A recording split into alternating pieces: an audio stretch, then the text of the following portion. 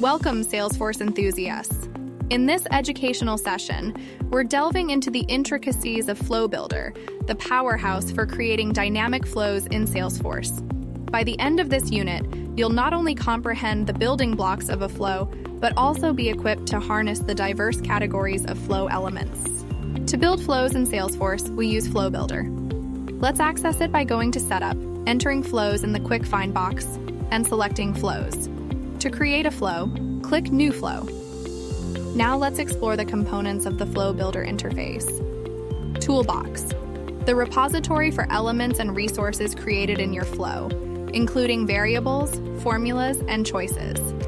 Canvas, the working area where you visually construct your flow by adding elements, creating a flowchart of your automation.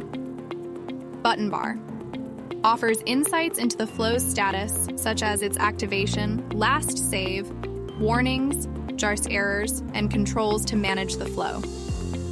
It includes features like showing, hiding the toolbox, selecting elements, undo, redo, version properties, layout style selection, view tests, activation, and save options. Additionally, buttons for running and debugging a flow are present. Flows consist of three fundamental building blocks: elements, connectors, and resources. Elements. These are the nodes on the canvas that make things happen. Interactions, data operations, and logic elements are types of flow elements. They are the steps that define what the flow does. Connectors. These are the lines on the canvas that guide the flow's path. Connectors define which element the flow executes next. Resources. These are containers that store values or formulas. They don't appear on the canvas, but are referenced by elements in your flow. Elements are categorized into three types: interaction, data, and logic elements. Interaction elements. These enable user interaction, including the screen element for displaying information or collecting data, the action element for engaging users and external systems, and the subflow element for calling auto-launched flows. Data elements instruct the flow to interact with records in the Salesforce database, performing actions like lookup, create, update, and delete operations. Logic elements allow for data evaluation and manipulation based on business requirements.